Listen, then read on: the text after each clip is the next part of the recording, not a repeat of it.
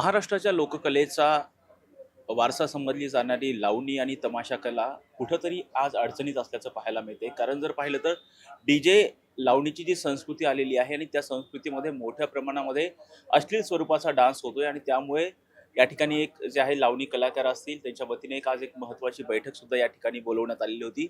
या बैठकीला मंगलाताई बनसोडे सुद्धा हजर झालेले आहेत. त्यांच्याकडनं आपण जाणून घेऊयात. ताई, ज्या लोककलेसाठी अनेकांनी आपलं जीवन वाहिलं, ती लोककला कुठेतरी अडचणीत असल्याचं पाहायला मिळतंय. जी नवीन लावणी म्हणजे डीजे संस्कृती आलेली आहे त्या बाबतीमध्ये काय? मी पहिल्यापासून ह्या गोष्टीला विरोध आहे, की जी न्यायिक कला जी असते, म्हणजे तोंडातनं आवाज निघणारा, तोंडातनं गाणे म्हणणारा, पायातनं आवाज निघणारा, पायातनं ताल निघणारा, हे लावी म्हणजे जे आपण स्वतःहून नाचून दाखवतो ना, त्याला म्हणतात ते जिवंत कला. आता डीजेचं निघालेलं आहे, त्याच्यामुळं ते आमच्या लोकनाट्य तमाशाला देखील खूप त्रास व्हायला लागलेला आहे. की हा डीजे शो आहे ना, की तो बंद केला पाहिजे. तुम्ही जी आहे ना कला ती तुम्ही दाखवा. आम्ही त्या कलेबद्दल काय नाही म्हणत नाही. तुम्ही स्टेजवर कला दाखवा, पण लाईव्ह दाखवा. रेकॉर्ड लावून डान्स करायचा, रेकॉर्ड लावून नाचायचं, डान्स डीजे लावायचा, हे बंद केलं पाहिजे. त्याच्यामुळं आमचं रसिक आहे ना, लोकनाट्य तमाशाला येणार रसिक तेच आम्हाला करायला याची पाळी आली आहे. डीजे लावणी ज्या आहेत, एक वेगळं आपण पाहतो की एखाद्या कलाकार गौतमी पाटील किंवा राधा पाटील यांच्या ज्या डीजेच्या लावणी आहेत, त्यामुळे कुठेतरी तुमच्यावरती तशाच पद्धतीची कला सादर झाली पाहिजे, तशाच हो, पद्धतीने हो. नृत्य झालं पाहिजे, हो. असं काही रसिकांकडून तुमच्याकडे अशा मागण्या वगैरे येते, त्यामुळे हो. तुमच्यावरती दबाव येतो. हो, येतो ना, दबाव येतो. आम्हाला देखील त्याच मागण्या आहेत ना, की तुम्ही देखील रेकॉर्डवर डीजेवर कार्यक्रम करा. तुम्ही देखील करा. म्हणजे म्हणायचं नाही, काय नाही. फक्त स्टेजवर कार्यक्रम रेकॉर्ड लावलं की नाचायचं. ते पण अश्लील अश्लील नाचायचं. त्याच्यामुळे लोक कलावंताला देखील फार मोठा फटका पडायला लागलेला आहे. ताई, विठाबाई नारायणगावकर असतील, त्यांनी स्वतः लावणीसाठी संपूर्ण जीवन वेचल्याचं पाहायला मिळालं. तुम्ही त्यांच्या मुलगी मुलगी आहात. आहात. हां. स्टेजवरती तुमचा जन्म झालेला आहे. हो, हो, अ, हो. आज विशेष म्हणजे आज मातृदिन सुद्धा आहे. हो, माझ्या खरं आईबद्दल तर हा बरं अभिमान काय वाटतो ना. सांगाल या सगळ्या गोष्टी? माझ्या आईबद्दल मला अभिमान आहे. आज आईचा दिवस आहे म्हटल्यानंतर माझी आई विठू मग नारायणगावकर, आज तिच्यामुळं आज मी ह्या स्टेपला आले आहे. तिच्यामुळं आज मला राष्ट्रपती पुरस्कार मिळाला. तिच्यामुळं आज कलेची मला किंमत कळली आणि तिच्यामुळं मला माझा फार मोठा आशीर्वाद मला मिळाला आहे. याबद्दल माझ्या आईचे मी फार मोठे आभार मानते. नाही, तुमच्या डोळ्यामध्ये अश्रू दिसतात. नाही रे. माझ्या आईची आठवण आली म्हणून मला वाईट वाटलं ना, की आजचा दिवस हा महत्वाचा आहे आणि आज तुम्ही बाईट माझी घेतली याबद्दल मी तुमचे देखील आभार मानते. नाही, आता जर पाहिलं तर खरं तर लावणीसाठी खूप मोठा त्याग विठाबाई नारायणगावकर यांनी केला आहे. त्यांच्या आयुष्यावरती इठा नावाचा चित्रपट लक्ष्मण उत्तेकर आणतायत. त्यावरती काय सांगाल? त्यांनी आम्हाला फोन केला नव्हता. फक्त आम्हाला कळलं होतं माझा भाचा मोहित आणि आम्ही दोघांनी त्या गोष्टीबद्दल चौकशी केलेली आहे. परंतु अजून आम्हाला काही कळलं नाही. आमच्या घरातल्या कुटुंबाशी कुणाला विचारपूस देखील केली नाही त्यांनी. उत्तम उत्तेकरांनी अजिबात विचारपूस केली नाही आणि ते स्वतः मला फोनवर बोलले होते, की मी स्वतः भेटायला येतो. मला तुमच्याकडनं काय माहिती पाहिजे. आता त्यांनी जर पुस्तकावर काढलं असेल, तर हे पण रॉंग आहे ना. पुस्तक देखील आहे का नाही, हे आमच्या विरोध लोकांनी त्या काय नाव त्याचं डायरेक्टरचं? लक्ष्मण तो उत्तेकर. नाही, नाही दुसरा तो योगीराज बागुल. त्यांनी काय केलं, आमच्या घरातलं कोण नसताना आमचे जे विरोधक लोक आहेत ना, जे विरोधात आहेत आमच्या खानदानामधलेच काही लोक आहेत बरं का. ते विरोधी लोकांनी माझ्या आईबद्दल फार वेगळे बदनामी करून ते पुस्तक छापायला लावलं ते योगीराज बागुलला आणि त्याच्यामुळं काय झालं, त्यांनी दिले ते उत्तम उत्तेकरला. लक्ष्मी उत्तेकरला दिले वाटतं. उत्तेकरला दिले ते. कुणी? योगीराज बागुलने. ह्याला देखील आमचा विरोध आहे. आणि ते योगीराजला देखील मी बोललेली आहे स्वतः फोनवर. तुम्ही त्यांच्याकडनं पैसे घेतले किंवा कुणाकडनं पैसे घेतले, तुम्ही पुस्तक छापले.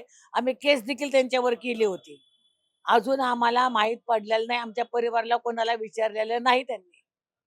आणि विचारू द्या. उलट माझ्या आईचं नाव निघतंय, आम्हाला अभिमान आहे. परंतु काय स्टोरी काय आहे, काय नाही आम्हाला दाखवायला पाहिजे. हां? तिचे अजून आज 8 मुलं 7 मुलं जिवंत आहेत.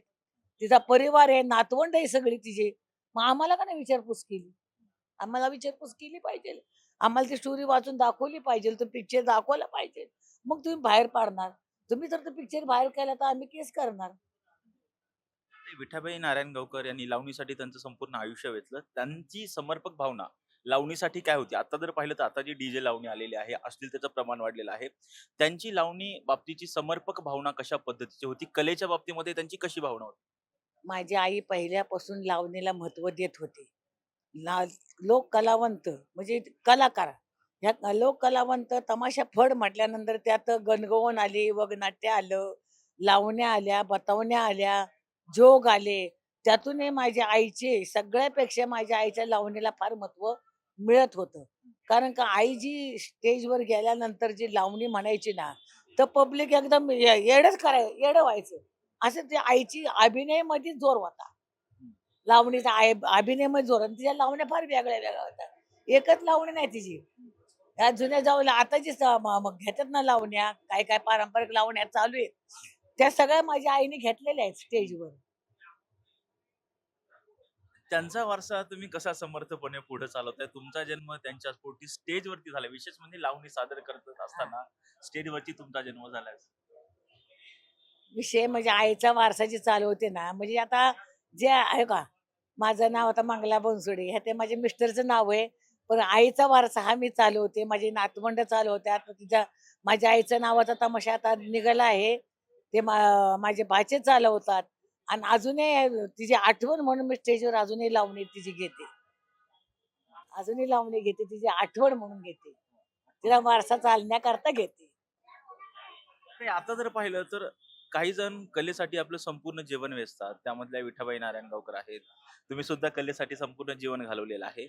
आता जी गौतमी पाटील असतील, राधा पाटील असतील, यांचा जो डीजे लावणी नावाची एक संस्कृती आलेली आहे. आता अशी मागणी होते, की यामध्ये कुठेतरी सेन्सॉर असला पाहिजे. एक काहीतरी नियमावली असली पाहिजे. काय वाटतं तुम्हाला? मग ते आता बाबा पाटील यांनी सांगितलेच आहे, की डीजे वरती थोडी आम्ही बंदी आणू. संसार बोर्डाने स्थापना केली पाहिजे डीजे वरची. हे बाबा पाटलांनी पण सांगितलं आणि मी देखील हे सांगू इच्छिते, की बाबा त्यांच्यामुळं लोक कलावंतावर, तमाशावर देखील आम्हाला त्रास झाला नाही पाहिजे. आता सरकारनं जर पाहिलं तर जे शेवटचा काळ असतो, शेवटच्या काळामध्ये कलाकारांचे फार जगण्याचे हाल होतात, अनेक अडचणी येतात.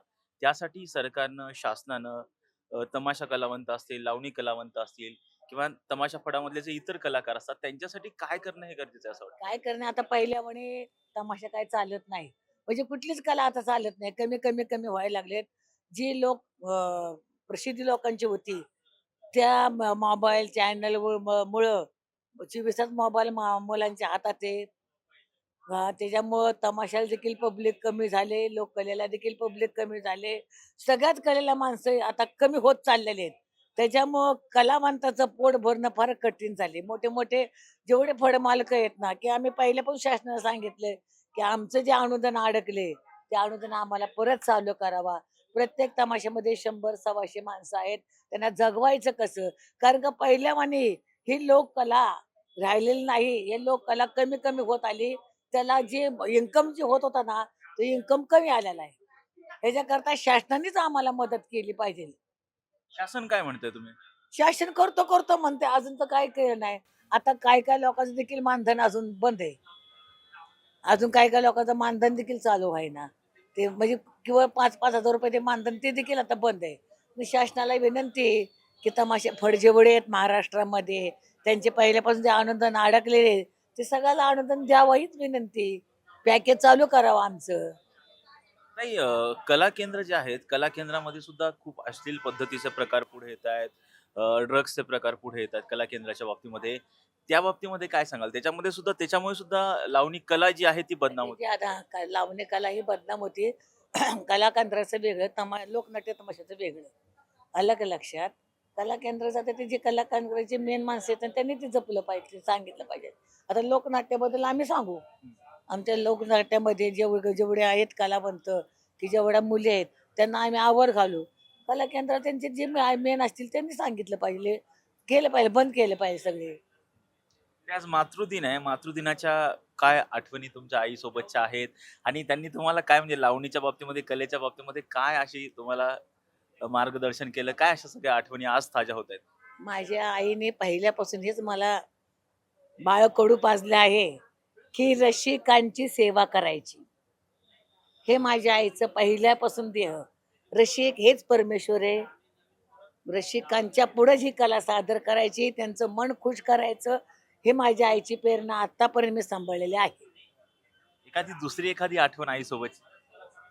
तिच्याबरोबर 1-2 लावण्या मी म्हटलेल्या आहे. म्हणजे नेफा आघाडीला आम्ही गेलो होतो का नाही, त्या टायमाला एक कॅप्टन शर्माजी कॅप्टन होते. त्यांनी म्हटले की तुम्ही आता नेफा आघाडीला शेवटचा दिवस आहे, तर म्हणे तुमच्या मुलीला आणि तुम्ही दोघी जणी गाणं म्हणून दाखवा, कारण का परत नेफा आघाडीला काही जाणं होणार नाही.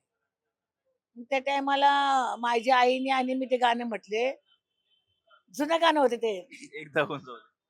लग जा गले ए फिर ऐसी ये रात हो न हो, शायद इसी जन्म में मुलाकात हो न हो, लग जा गले ए ए. तेव्हा शर्माजी साहेबांनी काय केलं, 5 तोळ्याचा कंठा माझ्या आईच्या गळ्यात घातला या गाण्यावर. आम्ही दोघी म्हटलो, म्हणजे आईला जी बक्षीस म्हटल्यानंतर मलाच बक्षीस आलं ना. म्हणजे मी पण म्हणू लागले आईला, आई देखील म्हणत होती. आणि जी शेवटचा कार्यक्रम आहे नेफा आघाडीचा केला आणि मुंबईला रवाना झालो. आणि तमाशामध्ये इकडं महाराष्ट्रामध्ये माझ्या आईची लावणी म्हटल्यानंतर आम्ही दोघींची हीच पोटासाठी नाचते मी परवा कुणाची. लाज धरा पाहुणं, लाज धरा पाहुणं जरा, जनाची मनाची, जनाची मनाची, पोटासाठी नाचते मी परवा कुणाची. हे माझ्या आईची लावणी आहे.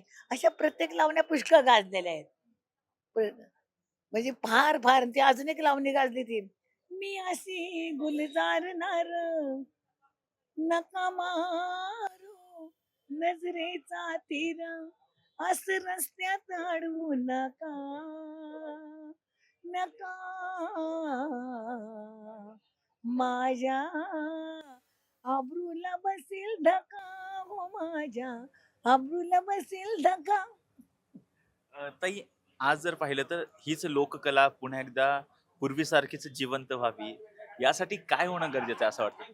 आता रसिकांचे सगळं हातात आहे. रसिकांनी जर पारंपरिक जर आमची कला पाहिली तर आम्ही अजूनही स्टेजवर, आता माझं 74 वय आहे, तरी रसिकांनी आतापर्यंत मला मत देतात चांगलं. आतापर्यंत मला पुढे गेल्यानंतर मला माझ्या कलेला टाळ्या वाजवतात, याबद्दल मी रसिकांचे फार आभार मानते. आणि ही अशीच कला कायमची टिकून राहावा, हे रसिकांनी हे केलं पाहिजे, एवढीच माझी विनंती आहे. खूप खूप धन्यवाद. ह्या होत्या मंगलाताई बनसोडे, विठाबाई नारायणगावकर यांच्या कन्या. त्यांनी सांगितलेलं आहे की सध्या जर पाहिलं तर डीजे संस्कृतीमुळे जी डीजे लावणी येते त्यावरती कुठेतरी आता सरकारनं एक कठोर नियमावली केली पाहिजे. त्याचबरोबर कुठेतरी एक सेन्सॉरशिप या लावणीवरती असला पाहिजे. आणि परत एकदा सरकारने लावणीची कलेला पूर्वीचे दिवस मिळवून देण्यासाठी सुद्धा सरकारने यामध्ये लक्ष घालून योग्य पद्धतीने लावणीचा सन्मान करून त्याला कुठंतरी अनुदान, लोकनाट्य तमाशाला सुद्धा कुठंतरी अनुदान दिलं पाहिजे, अशी मागणी मंगलाताई बनसोडे यांनी केलेली आहे. व्हिडिओ जर्नलिस्ट निलेश लोहारसह राजरत्न जोंधे, टॉप न्यूज मराठी, पुणे. तुमची car, electric panel, data server आगीपासून सुरक्षित आहे का? नाही? मग आजच बसवा F protect temperature activated fire suppression device. यामध्ये आहे eco friendly non toxic pressurised liquid, जे आग लागल्यास क्षणार्धात ऍक्टिव्हेट होऊन आगीवरती मिळवते नियंत्रण. बसवण्यास अतिशय सोपे आणि सुटसुटीत. टेकालिपचे एक दर्जेदार उत्पादन एफ प्रोटेक्ट.